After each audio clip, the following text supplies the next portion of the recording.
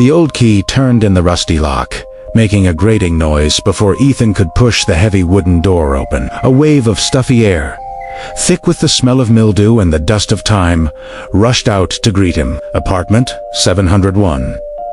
His new refuge, and the only place he could reach after leaving his long past behind. This old apartment building was tucked away in a small, deserted alley, its paint peeling in patches like unhealing wounds, its dark windows like soulless eyes looking out at the world. It was suspiciously cheap, but Ethan had no other choice. He needed a place to disappear. He dragged his only suitcase into the empty living room. The wooden floorboards creaked under every step, breaking the heavy silence. The weak, yellowish light from a single ceiling bulb cast long, twisting shadows on the stained walls, like ghostly arms. In the room, there was only an old armchair and a small, rickety table left by the landlord. Ethan sighed, an intense feeling of loneliness and displacement washing over him. The sound of car horns from the distant street echoed faintly. Then everything sank back into silence.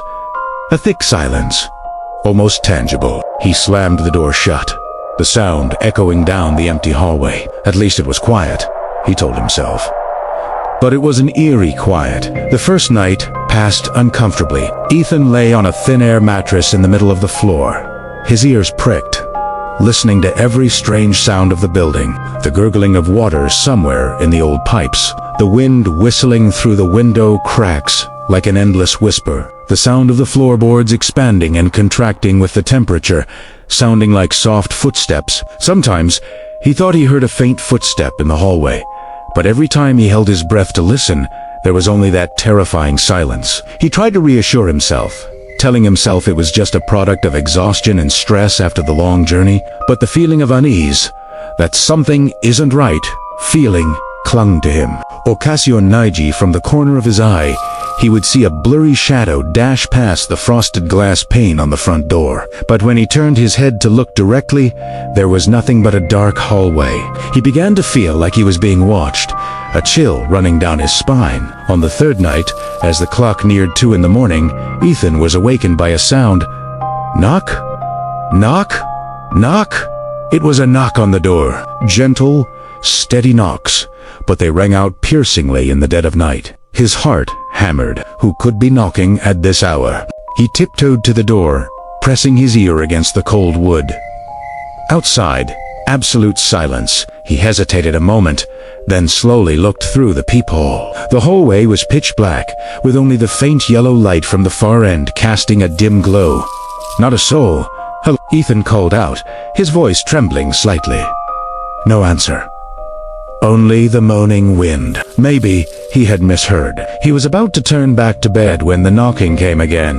This time, clearer, closer. Knock. Knock. Knock. Ethan looked through the peephole again. Still no one. But this time, he noticed a detail. Right at the bottom of the door, in the gap where it met the floor, there was a small, motionless shadow. Please, a dry, aged whisper came from the other side of the door, sounding like sandpaper rubbing together. Please, be quiet. The noise is keeping me awake. Ethan froze. Noise. He was sleeping, or at least trying to. His apartment was completely silent. Sorry, I think there's a mistake, he said through the door, trying to stay calm. I'm not making any noise. Oh, yes, you are, the voice replied, still flat and dry. The pounding. Constantly. Please stop pounding. He didn't understand at all. It's definitely not me, Ethan insisted. Maybe it's from another apartment. A long silence stretched on. Then the voice spoke again, this time with a pleading tone. Be quiet. I need quiet. Then he heard the shuffling of slippers on the hallway floor, fading into the distance. The shadow under the door vanished. Ethan stood routed behind the door, his heart still racing. Who was that? The next-door apartment. He wasn't even sure if anyone lived there. The entire 7th floor seemed deserted. And what was that pounding? In the following days, Ethan's unease grew. He became obsessed with the silence, startled by the smallest sounds. The feeling of being watched intensified. The shadow flitting past the frosted glass appeared more frequently. He began to doubt his own sanity. Was he sleepwalking and unknowingly making noise? Was the stress making him paranoid? He decided to approach the building manager, a grumpy old man sitting in a small office on the ground floor. When Ethan asked about the neighbor in 702, the man just shrugged, muttering something about tenants coming and going, and that he didn't care as long as they paid the rent on time. The vague answer only made Ethan more anxious. One afternoon, while taking the elevator down to the ground floor, the elevator stopped on the 7th floor. The doors opened. A group of people was waiting. As Ethan stepped in, he noticed their eyes. They glanced at him, then at each other, worried and fearful expressions flashing across their faces. An elderly woman took a slight step back, clutching her handbag. Ethan felt uneasy. What was going on? The elevator slowly descended. Not a word spoken. The atmosphere grew thick, tense. Ethan could feel their eyes still fixed on him. When the elevator stopped at the ground floor, everyone hurried out, almost pushing past each other.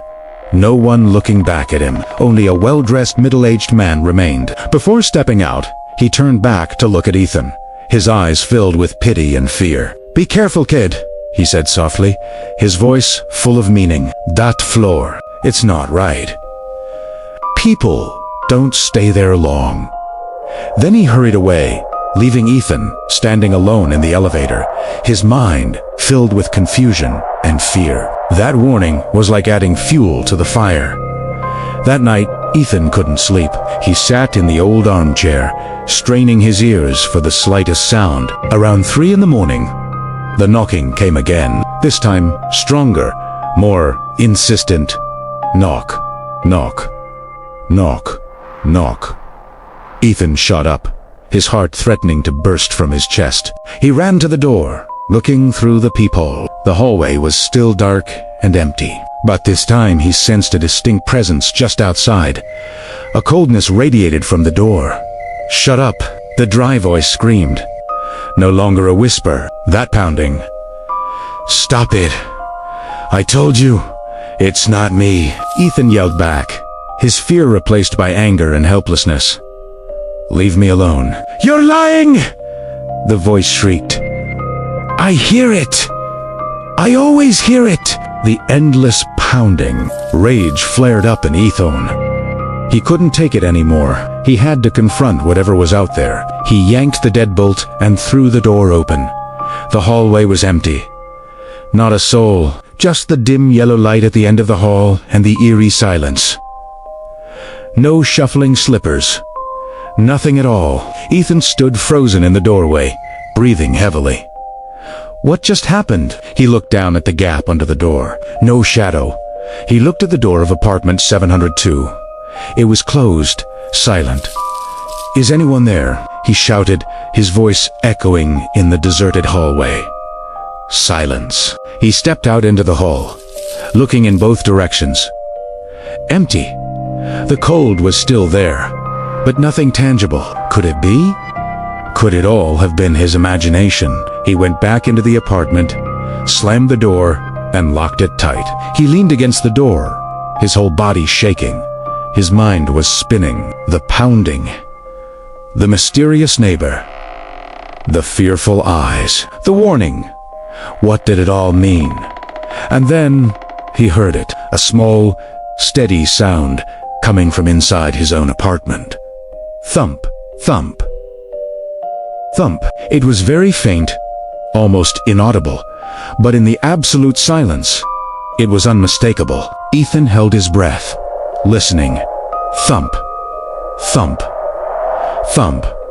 The sound seemed to be coming from the bedroom wall, the wall he shared with apartment 702. He slowly walked toward the bedroom, each step feeling glued to the floor. Thump, thump, thump. The sound continued, steady, like a slow heartbeat, or like someone tapping lightly on the wall from the other side. No, not from the other side, Ethan realized, with a chill running through his spine. The sound was coming from his own wall, from deep inside the old plaster. Thump, Thump. Thump. He stood in front of the wall, his eyes fixed on the stained yellow paint. He raised his hand, his trembling fingers touching the cold surface. Thump, thump, thump.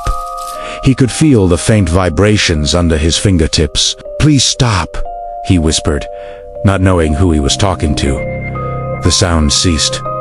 The room fell silent again, but this silence was infinitely more terrifying. Ethan stood there, motionless, feeling as if someone was standing right behind him, their cold breath on his neck. He didn't dare turn around. He stood like that until the faint light of dawn began to filter through the window. The sound did not return. The feeling of being watched also seemed to fade, but the fear did not. It was now rooted deep in his mind. Ethan packed his things in a hurry. He couldn't stay here another minute. He had to leave, had to escape this place. As he pulled his suitcase to the door, ready to never return, he glanced one last time at the empty apartment, and then he saw it. On the bedroom wall, where the thumping had come from, there was a small crack he hadn't noticed before. From inside the crack, a dark liquid was slowly seeping out, dripping onto the wooden floor, forming a small puddle. It looked like dried blood. At that exact moment, he heard the dry, aged voice again, but this time it didn't come from the hallway. It seemed to resonate from inside his own skull, clear and cold. "You can't go anywhere. You can never leave." The pounding, it will never stop. Ethan screamed, a choked scream of terror. He dropped the suitcase, bolted from the apartment, and ran frantically down the stairs, not daring to look back. He ran out of the building, out of the alley, and disappeared into the crowded street. He just kept running until he was exhausted, until his lungs felt like they were on fire. He never went back to apartment 7. He left all his belongings, all the fragments of his past. He moved to another city, trying to rebuild his life from scratch. But the voice, the feeling, the pounding, they never truly left him. Sometimes, on the quietest nights, when he was alone in his new room, he would hear it. Thump, thump, thump. The small, steady sound coming from the wall. And he knew, no matter how far he ran, the horror was always there, lurking just beneath the surface of his peaceful life, waiting to emerge. It was a part of him, a constant reminder of the false silence and the darkness that always lurked in the darkest corners of the mind. He sat there, listening to the pounding, and wondered if he would ever truly be free, or if he had simply brought the ghost of apartment 701 with him forever. His eyes stared at the blank wall, and in the blurry shadow cast by the nightlight, he saw an old, dry face smiling at him.